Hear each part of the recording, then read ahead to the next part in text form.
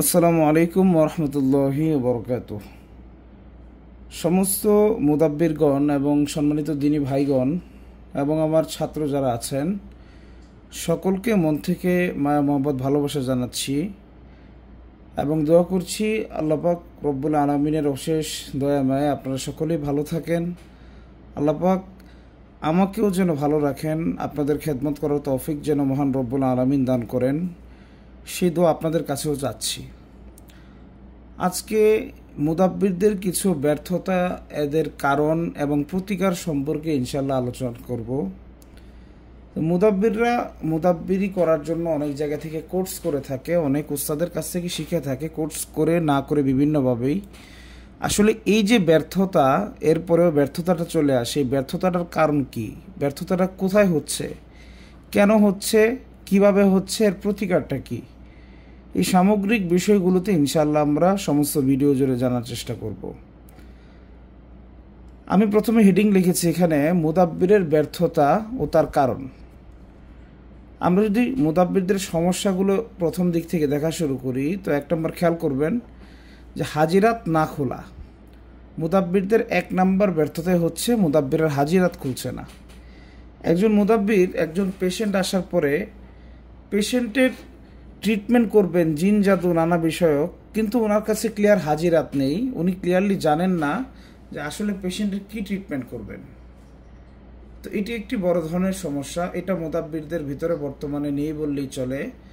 লাখের ভিতরে একজন মুদাব্বির পাওয়া যাবে যে একজন মুদাব্বিরের হাজিরাত করার ক্ষমতা আছে, অথবা অনেক সময় 10 লাখে একজন, এরকম উদাহরণও টানা যায়। কারণ বর্তমানে হাজিরাত ছাড়া মুদাব্বির এত পরিমাণ। হাজিরাতের আমল অনেক জানে কিন্তু তাদের হাজিরাতটা আসলে খুলে না, তারা হাজিরা করতে পারে না, হাজিরা করার মতো ক্ষমতা তাদের নাই। যার দরুন পেশেন্টরা অপচিকিৎসা পাচ্ছে, পেশেন্টরা সুস্থ হতে পারছে না। অনেক সময় মানসিক সমস্যায় আক্রান্ত পেশেন্টের সাথে জিন্নাতের মতো বিহেভ করা হচ্ছে, জিন্নাতের সমস্যায় আক্রান্ত পেশেন্টকে জাদু ট্রিটমেন্ট দেওয়া হচ্ছে, জাদুতে আক্রান্ত পেশেন্টকে জিন্নাতে ট্রিটমেন্ট দেওয়া হচ্ছে। যার ধরুন ট্রিটমেন্টের ভিতরে প্রচুর পরিমাণ গলত হচ্ছে, মানুষ তাদের প্রাপ্ত যে হক আছে, প্রাপ্য, এই হক থেকে মাহরুম হচ্ছে মুদাব্বিরদের কাছ থেকে। এবং মুদাব্বিররা নিজেরাও নিজেদের কারণে প্রতারিত হচ্ছে, নিজেরা বোকা বনে যাচ্ছে। দিন শেষে তার কাছে হতাশা ছাড়া আর কোনো শব্দই থাকে না। 2 নম্বর, মুদাব্বিরদের জন্য যে সমস্যাটা তাদের দরজায় সবসময় দাঁড়িয়ে থাকে, জিন জাদু মোহাব্বত বশীকরণ, এই সমস্ত কাজেই ব্যর্থতা চলে আসে। জিন জাদু মোহাব্বত বশীকরণ যা কিছু আছে সমস্ত কাজেই মুদাব্বিররা ব্যর্থ হয়ে যাচ্ছেন। এই যে ব্যর্থতাটা আসছে, এই ব্যর্থতাটা বর্তমানে অ্যাভেলেবেল। যে একজন মুদাব্বির জিনের রুগী দেখছেন, সে জিনটার কোনো কিছু করতে পারছেন না, মোহাব্বত বশীকরণ করছেন, তো মোহাব্বত বশীকরণের কাজটা 2 দিন ঠিক থাকলে তারপর নষ্ট হয়ে যাচ্ছে, অথবা উনি যেভাবে করতে যাচ্ছেন অনেক মেহনত করার পরেও মোহাব্বত বশীকরণের কাজে সফল হচ্ছেন না। এই প্রবলেমটা মোটামুটি হচ্ছে ভালোই। 3 নম্বর সমস্যা, মুদাব্বিররা অধিকাংশই রজাআতে আক্রান্ত হয়ে যায়। রজাআতে আক্রান্ত হয়ে যায়, রজাআত কি অনেকেই বুঝবেন না, আমি একটু সংক্ষিপ্তভাবে বলে দিচ্ছি, যদিও এটা বিস্তরভাবে আলোচনার একটা বিষয়। এটা নিয়ে যদি লম্বা আলোচনা করি এক্ষেত্রে ভিডিওর দৈর্ঘ্য অনেক লম্বা হয়ে যাবে, যা আপনাদের জন্য অধৈর্যের বিষয় হবে। তো রজাআত বিষয়টা কি? রজাআত হচ্ছে রুজু করা। আপনি যে কোনো ভালো কাজ করেছেন কিন্তু সেটার একটা নেগেটিভ ইফেক্ট আপনার উপর পড়ে গিয়েছে। কথার কথা, আপনি একজন মানুষের গায়ে যদি আঘাত করেন, উনি যেমন আপনার বিরুদ্ধে উল্টা আঘাত করবেন, উনি রাগ করে ফেলবেন, এটা এক প্রকার রজাআত। এটার রজাআতের একটা উদাহরণ। আমলের ক্ষেত্রে রজাআত হচ্ছে আপনি যে কোনো জাকাতের আমল দিয়েছেন, অথবা আপনি যে কোনো পেশেন্ট দেখছেন, তো পেশেন্ট দেখার পর থেকে আপনার শরীরটা হঠাৎ করে খারাপ হয়ে যাওয়া, জাদুর রোগী দেখেছেন, সেই জাদু আপনাকে পাকড়াও করা, সেহেরের খাদেমগুলো আপনার উপরে চড়াও হয়ে যাওয়া। তো এই যে সমস্যাগুলো হয় এটাকে আমরা রজাআত বলে থাকি। যাই হোক, আমরা এই রজাআত সহ অন্যান্য সামগ্রিক বিষয়ের কারণগুলো জানার চেষ্টা করব। তো কারণের দিকে যদি আমরা একটু গভীরভাবে মনোনিবেশ করি, 1 নম্বর কারণ যদি খেয়াল করেন, অধিকাংশ মুদাব্বিররা বর্তমানে যারা নতুন মুদাব্বির হচ্ছে, আফসোস লাগে, হাসিও আসে, কষ্টও লাগে, একসাথে সবটাই হচ্ছে। এরা অধিকাংশ বেয়াদব হয়, বেআমল হয়, অহংকার থাকে ভিতরে, প্রচুর পরিমাণ টাকার লোভ, টাকা দেখে তারপর এই জগতে আসার চেষ্টা করে। তা আমি আল্লাহর রহমতে যেহেতু মোটামুটি ভালো একটা অবস্থানে চলে গিয়েছি, মুদাব্বিরি লাইন আল্লাহ পাক নিয়েছেন, এটা ওনার দয়া মায়া এবং মা বাবার দোয়া, উলিয়া উলিয়াদের দোয়া ছাড়ার কিছুই না। রাসূল আকরাম সাল্লাল্লাহু আলাইহি ওয়াসাল্লামের নেক নজর, আমি এটাই মনে করি।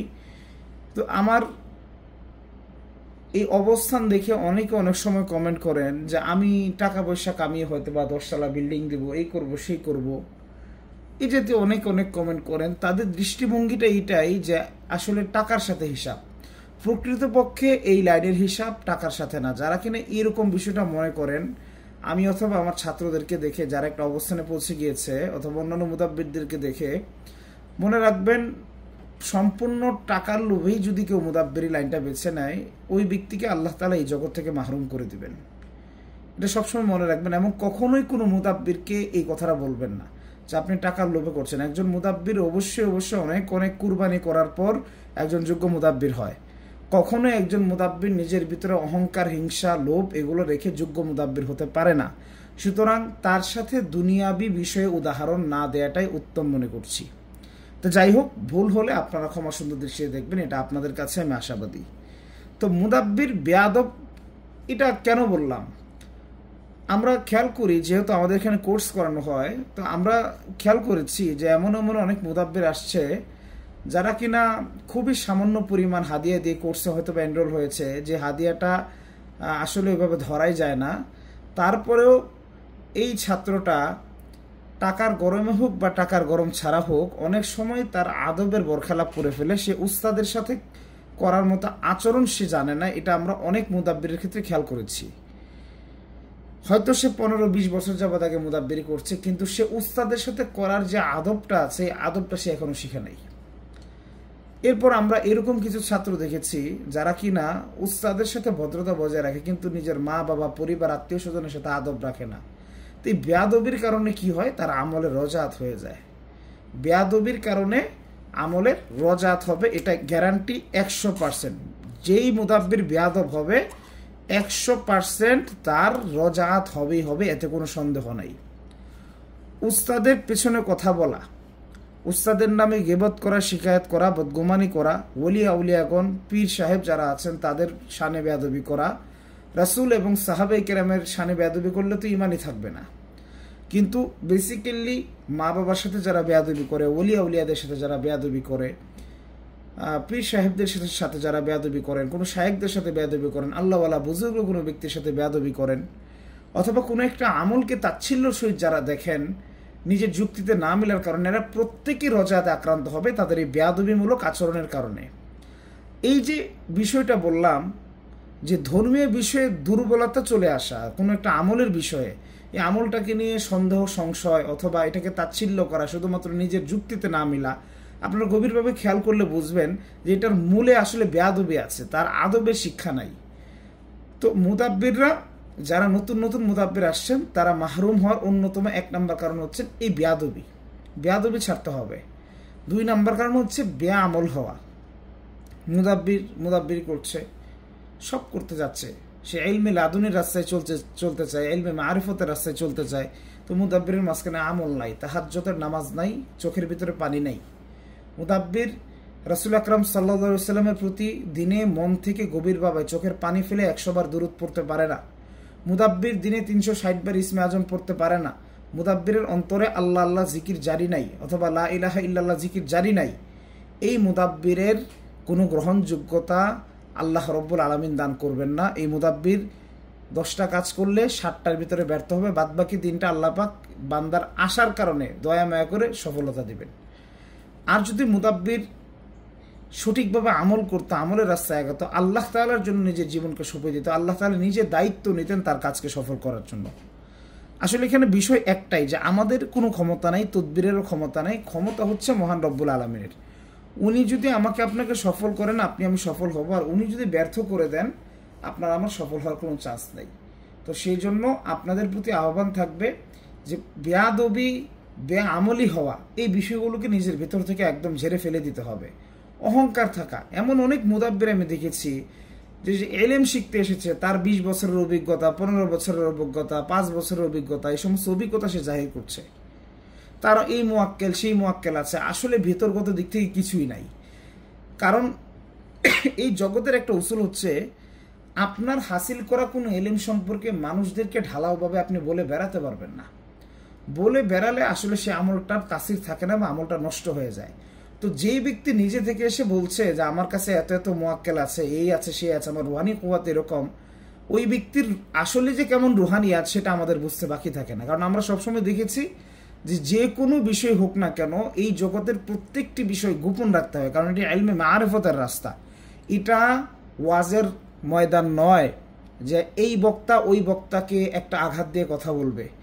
এটা রাজনৈতিক মঞ্চ নয় যে একজন রাজনীতিবিদ সে আরেকজন রাজনীতিবিদকে কটাক্ষ করে কথা বলবে। এই জগৎ সেই জগৎ যেই জগৎটা গোপন জগৎ, এখানে নিজের ভাব গাম্ভীর্য প্রকাশের কিছুই নাই।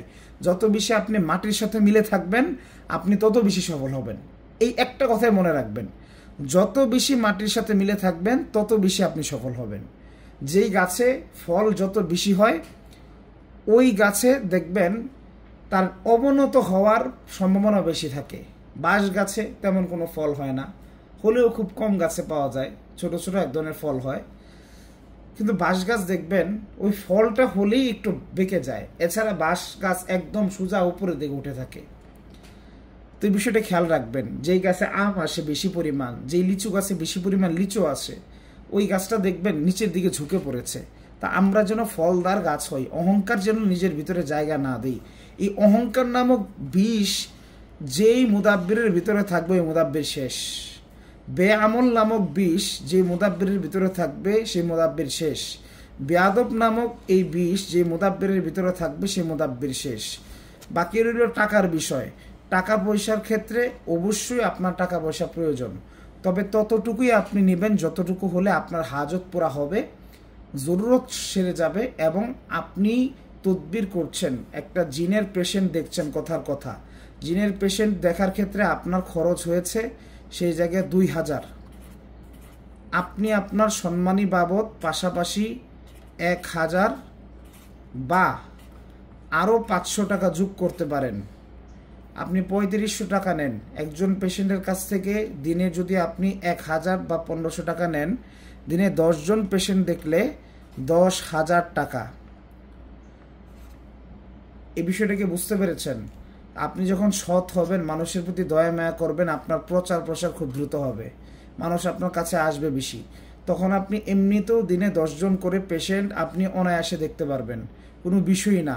আল্লাহ পাক আপনাকে সফলতাও দান করবেন, আপনার যা খরচ হচ্ছে তার থেকে আপনি 1000 বা 1500 বেশি নিতে পারেন। এই যে বেশি নিচ্ছেন এর দ্বারা দিন শেষে ঠিকই আপনি 10,000 টাকা কামাচ্ছেন, আপনার কিন্তু লস নাই। 30 দিনে কত হয়, 1 মাসে কত হয় আপনি হিসাব করবেন। কিন্তু আপনাদের সমস্যা কোথায়, বা আমাদের দেশে অনেক মুদাব্বিদের সমস্যা কোথায়? একটা রুগী পেয়েছি, নিজে কিছু কাজ জানি না, ট্রিটমেন্টের প্রসিডিউর কিছুই বুঝি না, একটা পেশেন্টের কাছ থেকে টাকা রাখবো 50,000। বলেন এটা কোন যুক্তিতে ঘাটে? একজন অসহায় মানুষের কাছ থেকে আপনি কোনো কারণ ছাড়া, যুক্তিকতা ছাড়া 50,000 নিয়ে নিচ্ছেন, অথচ তার ট্রিটমেন্টের জন্য এত প্রয়োজন নাই। আপনি মনে রাখবেন, উপরে আল্লাহ রব্বুল আলামিন একজন আছেন, উনি সবই দেখেন, উনি সবই জানেন, সবই বুঝেন। আপনারা যারা এরকমভাবে জুলুম করছেন তারা অবশ্যই অবশ্যই মনে রাখবেন, কোরআনকে আপনারা বিক্রি করার চেষ্টা করছেন, যেহেতু কোরআন সুন্নাহ মোতাবেক ট্রিটমেন্ট করেন। যাই হোক, আমার সাথে অনেকে একমত হতে পারবেন না। অবশ্যই আমি বলি, আপনি পারলে 5 লক্ষ টাকাও নিতে পারেন, আমার সমস্যা নাই, যদি আপনার পেশেন্টটা 5 লক্ষ টাকা ট্রিটমেন্টের উপযুক্ত হয়। তবে যার প্রয়োজন একটু তেল পানি, সামান্য একটু ট্রিটমেন্ট, তার কাছ থেকে আপনি 50,000 কোন যুক্তিতে নেন?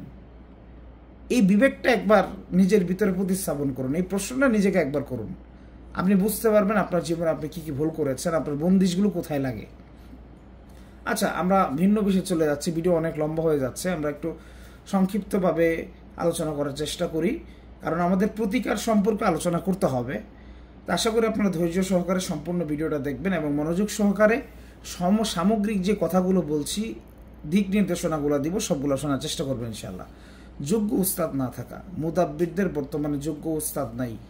একজন মুদাব্বির উনি এমন একজন উস্তাদ বানিয়েছেন যার অনেক বড় বডি আছে, যার একটা ভাব আছে, একটা অহংকার আছে, কোনো নমনীয়তা নাই, ওনার ভাব গাম্ভীর্যে কাজ হয়ে যায়, কিন্তু ভিতরে আমল নাই, রুহানিয়াত নাই, উস্তাদের নিজের হাজিরাত খোলা নাই, ছাত্রের হাজিরাত কেমনে খুলবে? আমি যদি প্রশ্ন করি যে আপনার উস্তাদের হাজিরা খোলা আছে কিনা, উনি কনফিউজড হয়ে যাবেন। উস্তাদের নিজের হাজিরাত খোলা নাই, ছাত্রের হাজিরাত কেমনে খুলবে? আমি আপনাদের উদ্দেশ্যে প্রশ্ন করলাম। ছাত্রের আমলের তাসির কেমনে পড়বে? উস্তাদের নিজের জিন সাধনা নাই, ছাত্রকে জিন সাধনার আমল দিয়েছে, এই ছাত্র মরবে না, দুনিয়ার কোন ছাত্র মরবে? সেজন্য যোগ্য উস্তাদ বাছাই করা দরকার, যোগ্য উস্তাদ প্রয়োজন। যোগ্য উস্তাদ ছাড়া কোনোদিন এই লাইনে আপনারা সফল হবেন না। অন্ততপক্ষে নিজের রজাত যেগুলো হয়, আমলের কারণে রজাত হয় বিভিন্ন সময়, আপনি ভালো কাজ করলেও কখনো কখনো রজাত হয়ে যাবে। কথার কথা, আপনার শক্তি আছে 2%, আপনি 100%ওয়ালা একটা জিনের বিরুদ্ধে লাগতে গেছেন, উপরে পড়ছেন, আপনি কখনোই 2%-এর হয়ে 100%-এর জিনকে শেষ করতে পারবেন না। চাপাবাজি যতই করেন, কোরআনের শক্তির উপরে শক্তি নাই। ওই জিনও কিন্তু কোরআন ব্যবহার করতে পারে, এটা মনে রাখবেন। ওই জিনও কোরআন ব্যবহার করতে পারে। একটা কুমড়া, আমার উস্তাজ মুফতি মোহাম্মদ আবুল খায়ের হাফিজাউল্লাহ আব্বাজান, আমি দোয়া করি ওনাকে আল্লাহ রব্বুল আলামিন কবুল করুক, উচ্চ মাকাম দান করুক জান্নাতে। উনি একটা উদাহরণ আমাদেরকে সবসময় দেয়। ধরেন একটা বটি রাখা আছে, একটা দা অথবা বটি আছে, তো এই বটির উপরে একটা কুমড়া এসে বলল যে আজকে এই বটির খবর আছে, এই বটির খবর আছে, এই কুমড়া লাভ দিয়ে গিয়ে বটির উপরে পড়লো। আচ্ছা বলেন তো দেখি, কুমড়া যতই চাপাবাজি করুক, বটির উপরে পড়লে আসলে ক্ষতিটা কার হবে? অথবা একটা সাপ যদি একটা তরবারিকে পেঁচিয়ে ধরে, পেঁচিয়ে ধরলে ক্ষতিটা কার হবে? তরবারির কিছুই হবে না, তরবারির গায়ে যতই ছবল মারুক, তরবারি তো ধাতু, তার কিছুই হবে না, সাপের বডি উল্টা কেটে যাবে। ঠিক একইভাবে কুমড়া যতই ভাব ধরুক না কেন, সে যদি বটির উপরে পড়ে যায়, বটি তো ধারালো, অথবা দা ধারালো, এটার উপরে পড়ে গেলে কুমড়া 2 ভাগ হয়ে যাবে, বটির কিছুই হবে না। তা আপনি 2% ক্ষমতা নিয়ে 100% ক্ষমতাওয়ালা জিনের পিছনে লাগতে গেছেন, তা আপনার তো সমস্যা হবেই। এই বিষয়গুলো খেয়াল রাখা উচিত। এরকম কখনো কখনো ছোটোখাটো কিছু ভুলের ক্ষেত্রে যদি রজাত হয়ে যায়, যোগ্য উস্তাদ অবশ্যই থাকতে হবে, যে উস্তাদ এই রজাতটা কাটিয়ে দিতে পারবে। অন্যথায় একবার একটা পেশেন্ট দেখার কারণে আপনার মুদাব্বির জীবন শেষ, আপনার বংশ শেষ, আপনি নির্বংশ হয়ে যাবেন, এটা মনে রাখবেন। আচ্ছা, তারপর 3 নাম্বার যে বিষয়টা আমাদের সামনে সমস্যা হয়ে দাঁড়ায়, মুদাব্বিরদের অযোগ্যতার কারণ হয়ে দাঁড়ায়, জাকাতের আমল না করা। মুদাব্বির কোনো একজন অনলাইন মুদাব্বিরের কাছ থেকে 3টা 4টা 5টা কিতাব কিনেছে, অথবা বাংলা বাজার থেকে 10-15টা কিতাব কিনেছে। এই কিতাবগুলো কিনে সে মনে করছে যে হাম তো হাম হ্যাঁ, হামসে বড়া কান হ্যাঁ, আমি উর্দু কিতাব পড়তে পারি, আমি মোটামুটি আমার কাছে অনেক ধরনের কিতাব আছে, এগুলোর মাধ্যমে কাজ করছে, আমি তো অনেক বড় মুদাব্বির। এটা সবচাইতে বড় ভুল, আপনি কিছুই জানেন না। আসলে এই জগতে আমি আজকে আমার সারা বাংলাদেশে 500-র উপরে 500-700 জন স্টুডেন্ট হবে, 700-র উপরে স্টুডেন্ট হবে। তারপরে আমি মনে করি যে আমি আসলে কিছুই জানি না, আমি এখনও শিখা আমার প্রচুর প্রয়োজন। আমি এখনও উস্তাদদের পিছনে দৌড়াই, এখনও শেখার চেষ্টা করি, ইনশাআল্লাহ কবরে যাওয়ার আগ পর্যন্ত এলেম হাসিলের চেষ্টা করব। তা আমি কিছু কিছু মুতাব্বিরকে দেখে আমি হাসবো না কাঁদবো আমি নিজেও বুঝি না, অবাক হয়ে যাই যে আমলের কোনো জাকাত নাই, কোনো হাসিলাত নাই, কোনো মুয়াক্কেল সাধনা নাই, সেই ব্যক্তি দেদার সে মুদাব্বিরি করছে। অন্ততপক্ষে আমলের জাকাতটা তো রাখা দরকার। আপনার কোনো মুয়াক্কেল নাই, জিন নাই, কিছু নাই, কোনো সমস্যা নাই, আপনার তো আমলের জাকাত থাকা দরকার ছিল, আপনার আমলের জাকাত নাই। আপনি মুহাব্বতের কাজ করছেন, এই যে মুহাব্বত বশীকরণের কাজ করছেন, আপনার মুহাব্বত বশীকরণ হয় না। তার মূল কারণ কি? আপনি হুব্বের আয়াতের কয়বার জাকাত দিয়েছেন? যেমন সূরা বাকারার 165 নম্বর আয়াত, ইউহিব্বুনাহুম কাহুব্বিল্লাহ ওয়াল্লাযীনা আমানু আশাদ্দু হুব্বান লিল্লাহ, এই আয়াতের জাকাতটা আপনি কয়বার দিয়েছেন? অথবা ইন্নাহু লিহুব্বিল খায়রি লাশাদীদ, এরকম আরো প্রায় 20 থেকে 25টার উপরে হুব্বের আয়াত আছে। এই আয়াতগুলোর জাকাত কি আপনি দিয়েছেন? অথবা আপনি কি জানেন বা কখনো খেয়াল করেছেন যে আমার কাছে যিনি আশেক আসছেন ওনার ক্ষেত্রে কোনটা দিব, আর আরেকজন আশেক আছেন ওনার ক্ষেত্রে কোনটা দিব? সব রুগীকে আপনি এক আয়াত দিয়ে কাজ করে দিচ্ছেন, কাজটা কি হবে কিনা? আপনার তো আমলের জাকাত নাই, মুতাব্বিরের আমলের জাকাত নাই। জাকাত দিয়েছে কোনো রকম একবার জাকাত দিয়েছে, জাকাতের কোনো তরিকা নাই, পদ্ধতি নাই, ইজাজত নাই, কারো কাছ থেকে দেখে দিয়ে দিয়েছে, এই জাকাত কবুল হয় নাই, অথবা জাকাতের সাথে মুয়াক্কেল কানেক্ট হয়েছে কিনা এটাও সে চেক দেওয়ার প্রয়োজন অনুভব করে নাই, অথবা কারো কাছ থেকে সে চেকও দেওয়ায় নাই, এরপরও সে কাজ করছে। আচ্ছা, আমি আপনাদেরকে বলি বা অথবা জিজ্ঞেস করি, বলেন তো জাকাত দেওয়া ছাড়া কেমনে কাজ হবে? আপনাদেরকে অবশ্যই একজন মুদাব্বির, যোগ্য মুদাব্বির হতে হলে যে কোনো আয়াতের পরিপূর্ণাঙ্গ জাকাত দিতে হবে। আমি কিন্তু বলেছি পরিপূর্ণাঙ্গ জাকাত, জাকাত একবার নয়। আপনি যে কোনো জাকাত দিবেন সব সময় প্রথমবারের জাকাতে আপনার সাফল্য আসবে না। কখনো কখনো একবারের জাকাতে সাফল্য আসবে, কখনো দুইবারের জাকাতে, কখনো আপনাকে জাকাতটা 3 বার পর্যন্ত দৌড়ানো লাগতে পারে। যে কোনো আয়াতের জাকাত দিবেন কমপক্ষে 3 বার।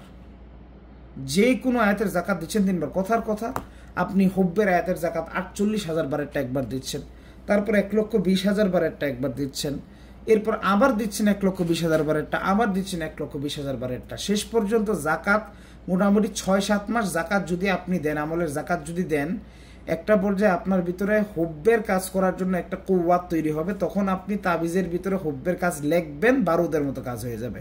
অথচ আপনার কোনো জাকাতের আমল নেই, আপনি ব্যর্থতা প্রকাশ করছেন। এত জায়গা থেকে শিখলাম, এত মেহনত করলাম, এত কিতাব গবেষণা করলাম, কোনোটাতে কাজ হচ্ছে না। অথচ আরেকজন ঠিকই কাজ করছে, ওনার কাজের রহস্য আপনি কোনোদিন বোঝার চেষ্টাও করেন নাই, আপনি সফল হওয়ার চেষ্টাও করেন নাই। তো যাই হোক, আমলের জাকাতটা দিতে হবে। আমি বর্তমানে আসলে অনলাইনে এরকম অনেক উস্তাদ পাওয়া যায়, বিভিন্ন জায়গায় পাওয়া যায়। ছাত্রদেরকে জাকাতের আমল কিভাবে বানিয়ে দিতে হয়, কিভাবে তৈরি করে দিতে হয় একটা জাকাতের আমল, এই বিষয় সম্পর্কে তার সম্যক জ্ঞান নাই, তার সম্যক এলেম নাই। তো সেই সাপেক্ষে আপনারা আসলে সফল হবেন কিভাবে আমি তাও জানি না। যদিও আমিও আসলে ওইরকম যোগ্য কোনো ব্যক্তি না, কিন্তু আমার বিবেকে যেটা বলে যে এতটুকু যোগ্যতা থাকা উচিত ছিল একজন উস্তাদের। এতটুকু যোগ্যতা থাকা দরকার ছিল যে ওনার ছাত্ররা জাকাত দিবে, প্রত্যেকটা ছাত্রর নাম অনুযায়ী, ওই ব্যক্তি অনুযায়ী আলাদাভাবে জাকাতের আমল নিরূপণ করে দেয়া, বের করে দেওয়ার ক্ষমতাই উস্তাদের থাকা দরকার ছিল, যেটা বর্তমান অধিকাংশ উস্তাদদের মধ্যে নাই। তো যাই হোক, একজন ব্যক্তি যা শিখায়, উনি কলা গাছ হলেও উনি উস্তাদ, ওনাকে মানতে হবে। উস্তাদের প্রতি আনুগত্য সারা যাবে না। তবে আমি মুতাব্বির উস্তাদদেরকে বলবো, আপনারা এই বিষয়গুলো না জানলে যোগ্যতা অর্জন করে তারপর জাতিকে শিখান। শুধু জাতির সাথে এ ধরনের প্রতারণাগুলো করবেন না। আমি আবারও ক্ষমা চেয়ে নিচ্ছি, আমার কথা কি কষ্ট পেলে মাফ করবেন। আমি আসলে খুব বিরক্ত। কিছুদিন যাবত আমার কাছে অনেকে রিপোর্ট দিচ্ছেন, বিভিন্ন জায়গা থেকে অনেকে বলছেন, হুজুর মুহাব্বত বশীকরণের কাজ করি, সফল হই না বিভিন্নভাবেই। আচ্ছা, সফল হবেন কিভাবে? আপনার তো হুব্বের আমলের জাকাত নাই। আপনি একবার জাকাত দিয়ে মনে করছেন হাম তো হাম হে হামসে বড় কন, হ্যাঁ আমি তো বড়, আমার চেয়ে বড় কে আছে? আপনি একবার জাকাত দিয়ে নিজেকে একদম শাহেনশাহ মনে করছেন। অথচ হুব্বের জাকাত, হুব্বের কাজ যতক্ষণ সফল না হবে, অধিকাংশ যে আয়াত 20 থেকে 25টা আয়াত, কোনটা দিয়ে আপনার সাথে কাজ হবে সবগুলো ট্রাই করতে হবে। এরপর আপনি একটা আয়াত খুঁজে পাবেন যে আয়াতের মাধ্যমে আপনি কাজ করতে পারবেন। এরপরে আতসী নকশার জাকাত আছে, বিভিন্ন নকশার জাকাত। এই জাকাতগুলো সম্পর্কে মুতাব্বিরদের ধারণাই নেই, এরা জানেও না, মনে করে আসমান থেকে নতুন কথা আসে। অথচ এই জিনিসগুলো আগে থেকেই এক্সিস্ট, দুনিয়াতে করতো, আগে থেকেই ছিল, এখনও আছে, ভবিষ্যতেও থাকবে, শুধুমাত্র আপনার জানার অভাব। তো এই জাকাতগুলো আপনাদেরকে দিতে হবে। যে কোনো হুব্বের আয়াত, এগুলোর জাকাত দিতে হবে। বিচ্ছেদের কাজ করার ক্ষেত্রে হুব্বের আয়াতের জাকাত আপনাদের প্রয়োজন হবে। কাজের সঠিক তরিকা বুঝতে হবে। আপনি হুব্বের কাজ করছেন, তো হুব্বের কাজের ক্ষেত্রে একটা তাবিজ আপনি গাছে ঝোলাবেন। এই তাবিজের ভিতরে লিখছেন যে আল হব্বু ফুলান ইবনে ফুলান আলা হব্বি ফুলানা বিনতে ফুলানা, নকশার নিচে হয়তো বা বাদি নকশার নিচে আপনি লিখলেন। লেখার পর এটা আপনি গাছের ভিতরে ঝুলিয়ে দিয়েছেন। তো ঝোলানোর কথা ছিল ডালিম গাছে অথবা মিষ্টি কোনো গাছে, আপনি ঝুলিয়েছেন এটা মেহগনি গাছে অথবা চিরতা গাছে। কাজ কি কখনো হবে? কাজের তরিকা তো আপনাদেরকে জানতে হবে।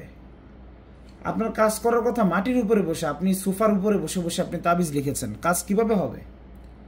আপনার দরকার ছিল নকশা জাগ্রত করা, আপনি নকশা জাগ্রত করেন নাই, হুকুমও দেন নাই, এমনিতে আপনি লিখে খালি দিয়ে দিয়েছেন। আপনার কাজ কিভাবে হবে?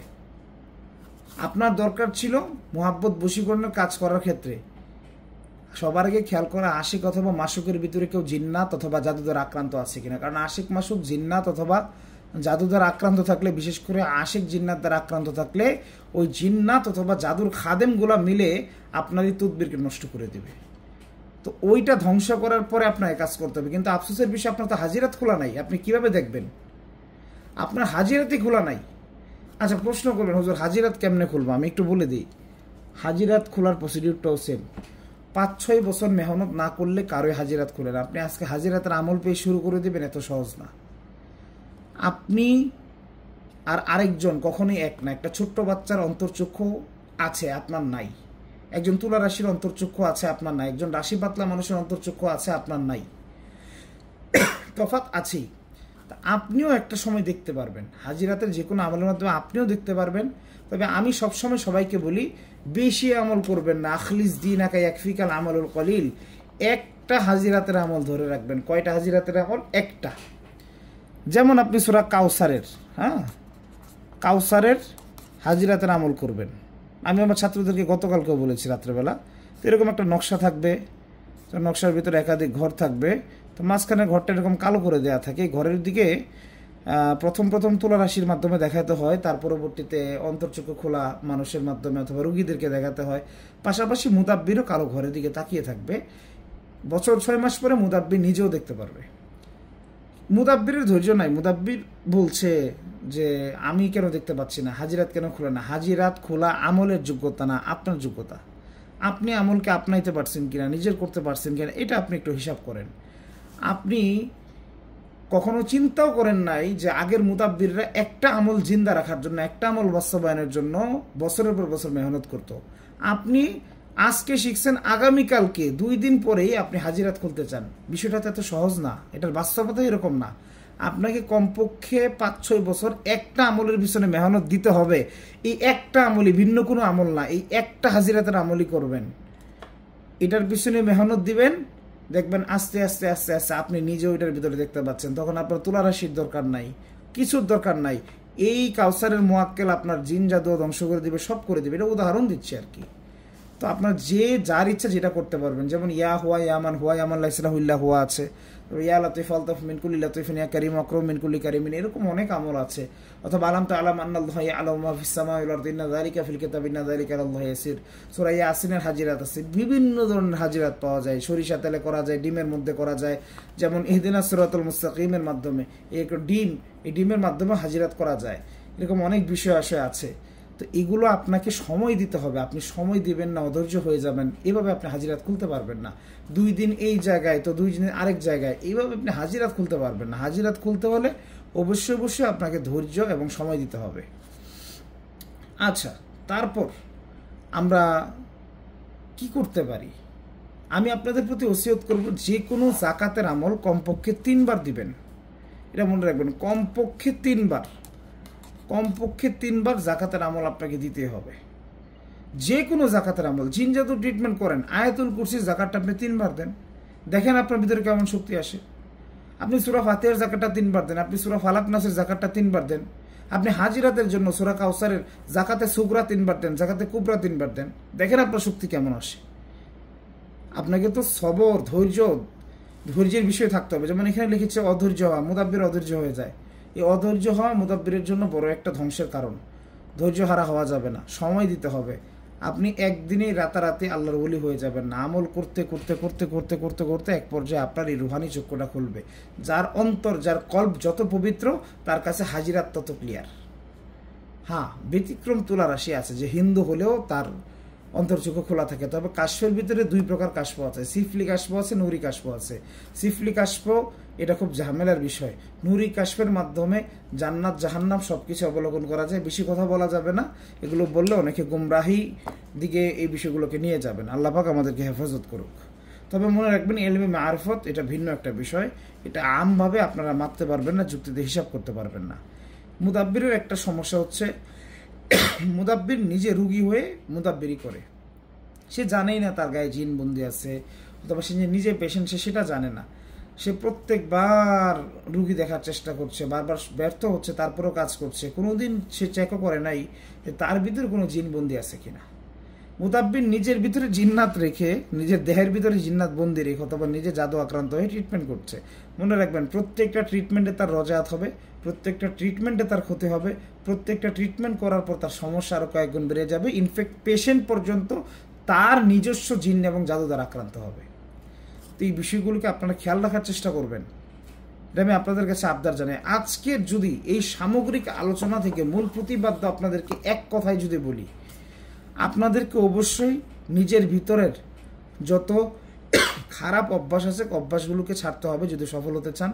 বেয়াদবি, বেয়ামলি, অহংকার, টাকার লোভ এগুলো বাদ দিতে হবে, একদম টোটালি কুরবান করতে হবে। টাকার লোভ ছাড়া সৎভাবে যদি কোনো পেশেন্টের ট্রিটমেন্ট করেন 100তে 100 ইনশাল্লাহ সফল হবেন।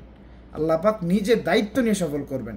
কাজ করার আগে আল্লাহর কাছে দোয়া করবেন, আল্লাহ পাক আপনার জিম্মায় রুগীরে দিয়ে দিলাম, আপনার উপরে ভরসা করে কাজ করতেছে, আপনি সাহায্য করেন ইয়া রব্বুল আলামিন।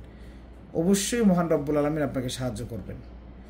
বেয়াদবি, বেয়ামলি, অহংকারী এই জাতীয় বৈশিষ্ট্যগুলো নিজের ভিতরে রাখা যাবে না। নারী পেশেন্ট দেখার ক্ষেত্রে সবসময় মনে করতে হবে আপনি মৃত ব্যক্তি, আপনার ভিতরে কোনো জান নাই, আপনি কবরে আছেন, সুতরাং আপনার কামনা বাসনা কোনো কিছুই নাই, আপনার দৃষ্টিও সংযত রাখতে হবে। অন্যথায় আপনার কারিনের ধোকায় পড়ে যদি আপনি কোনো একটা ভুল পদক্ষেপ নেন, ইহকাল পরকাল দুইটাই আল্লাহ তাআলা বরবাদ করে দিবেন, একদম ধ্বংস হয়ে যাবেন। ইলমে মারিফতের লাইন কোনো ধোকাবাজি করার রাস্তা না। আজকে এটা ধোকাবাজদের কারণে মানুষের কাছে সন্দেহ সংশয়ের রাস্তা হিসেবে পরিচিত হয়ে গিয়েছে, যেটা আমাদের জন্য আফসোসের বিষয়। আপনাদেরকে উঠে আসতে হবে, এই ওলিদের রাস্তাকে মানুষের সামনে সঠিকভাবে পেশ করতে হবে। মানুষ যেন আমাদের কাছ থেকে যারা সঠিকভাবে কাজ করার চেষ্টা অন্তত করি, সঠিকভাবে খেদমতটা পায় এবং প্রতারিত যেন না হয়, সেই চেষ্টাটা আমাদেরকে চালাতে হবে। 2 নাম্বার বিষয় যেটা সংক্ষেপে যদি বলি, যে হাজিরাত আপনাকে অবশ্যই খুলতে হবে। হাজিরাত খোলা ছাড়া আপনি মুদাব্বিরি করে লাভ নাই। অন্ধের মতো মুদাব্বিরি করবেন, কিছু দেখবেন না, জানবেন না, শুনবেন না, বোকার মতো মুদাব্বিরি করবেন। 2 দিন পরে রুগী আবার অসুস্থ হবে, রুগীর কাজ করবেন, সঠিকভাবে সফল হবেন না, আপনার ইজ্জত চলে যাবে, আপনার শান শৌকত বাড়বে না, বরং আপনার শান শৌকত কমতে থাকবে, আপনার ভিতরে হতাশা চলে আসবে। হাজিরাত খুলতে হবে। হাজিরাতের যে কোনো একটা আমল অথবা 2টা আমল, একটা অথবা 2টা আমল আপনি ধরবেন, এটাই বছরের পর বছর করে যাবেন, যা মন চায় তা হোক, প্রত্যেক দিন টানবেন এবং যেই কালামের মাধ্যমে করবেন ওই কালামটাকে শয়ন স্বপ্নে সদা সর্বদা জপতে থাকবেন, যেন ওইটার তাসির আপনার উপরে মারাত্মকভাবে করবে। জিন জাদুর মহাব্বত বশীকরণের ক্ষেত্রে যে সমস্ত আয়াতে কারিমা অথবা কোরআনের আয়াত দ্বারা কাজ করবেন, আপনি চাইলে সম্পূর্ণ কোরআনের যে কোনো আয়াত দ্বারা জিন জাদুর ট্রিটমেন্ট করতে পারবেন, কোনো বিষয় না। আল্লাহ পাকের কোরআনের একটা অক্ষরও যদি রুগীর ক্ষেত্রে দেওয়া হয় সেটা কাজ করবে। তবে আপনাকে আমি বলবো সব না, আখলিস দিনাকে একফিকার আমল কলিল ফকর ওমা তায়াসসারা মিনাল কোরআন, এই বিষয়গুলো বোঝার চেষ্টা করবেন। যে আপনি আপনার জন্য সহজলভ্য যেটা হয়, আপনি হয়তো সূরা ফালাক নাসকে নিজের সঙ্গী বানায় নেবেন অথবা আয়াতুল কুরসিকে নিজের সঙ্গী বানাবেন। একটা তরবারি রেডি করবেন, তরবারি বলতে নিজের যে কোনো একটা আমলকে ছুরির চেতে ধারালো বানাবেন। শয়নে স্বপ্নে ঘুমাতে যাচ্ছেন, হাঁটছেন, চলছেন, ফিরছেন, নিঃশ্বাসের সাথে অটো ওইটা তেলাওয়াত হতে থাকবে। ওইটার মাধ্যমে আপনি কাউকে একটা রুকিয়া করবেন, দেখবেন বারুদের মতো কাজ করছে। একবারে সব খেতে যাবেন না। জিন হাজির করার ক্ষেত্রে আপনি যে কোনো একটা আয়াতকে বাছাই করে নেন, যেমন ইন্নাহু মিন সুলাইমান ইন্নাহু বিসমিল্লাহির রহমানির রহিম, এটার যাকাত দেন, বারবার যাকাত দেন, এটা শয়ন স্বপ্নে সদা সর্বদা পড়েন। দেখেন আপনি এরপরে কেমনে জিন হাজির করেন। জিন জাদু তাড়ানোর ক্ষেত্রে অথবা শাস্তি দেওয়ার ক্ষেত্রে আয়াতুল কুরসিটা প্র্যাকটিস করেন, দেখেন আপনার কি হয়। মোহাব্বত বশীকরণের ক্ষেত্রে 4-5টা মোহাব্বত বশীকরণের আয়াতের যেই হব্বের আয়াতগুলো আছে এগুলো যাকাত দেন, এগুলো সবসময় জপেন, নিয়ম করে জপেন, এগুলোকে ছুরির মতো ধারালো বানান। দেখবেন আপনি তখন পাথরের ভিতরে কূপ দিয়েছেন, পাথর কেটে গেছে।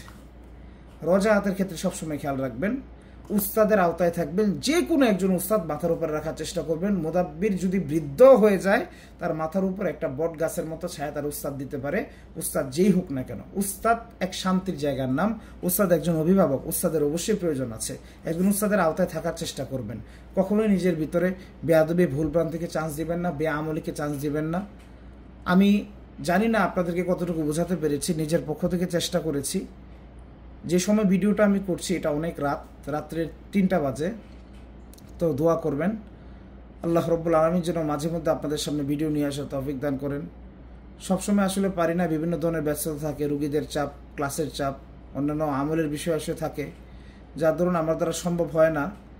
তো আমি আশা করছি খুব শীঘ্রই আপনাদের যারা কিনা হচ্ছে কোর্স করতে পারেন না তবে ফ্রি কিছু বিষয় শিখতে চান, আমি ধারাবাহিকভাবে কোর্স আকারে এই ভিডিওগুলো ফ্রিতে অনলাইনে আমি দিয়ে দেবো। কিছু কিছু বিষয় আমি দিয়ে দেব যেন পরিপূর্ণাঙ্গভাবে আপনি মোটামুটি মুদাব্বিরি করতে পারেন। তবে অবশ্যই অবশ্যই আপনার ভিতরে আজকের যে বৈশিষ্ট্যগুলো বললাম না থাকার মতো এগুলো থাকা যাবে না। আর যে গুণগুলো বলেছি এই গুণগুলো নিজের ভিতরে প্রবেশ করাতে হবে, ধৈর্য সবরের মাধ্যমে নিজেকে মুদাব্বিরি লাইন যোগ্য বানাতে হবে।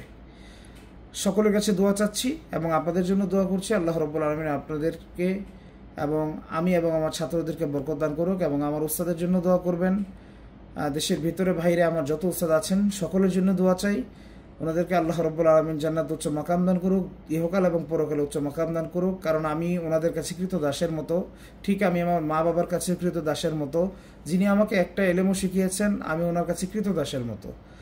তো ওনাদের দোয়া আমার জন্য খুবই প্রয়োজন। ওনাদের প্রতি আমার পক্ষ থেকে দোয়া করা এটাও আমার জন্য ওয়াজিব মনে করছি। তো সকলের কাছে দোয়া চাই। আসসালামু আলাইকুম রহমতুল্লাহ। অন্য কোনো ভিডিওতে আবার দেখা হবে।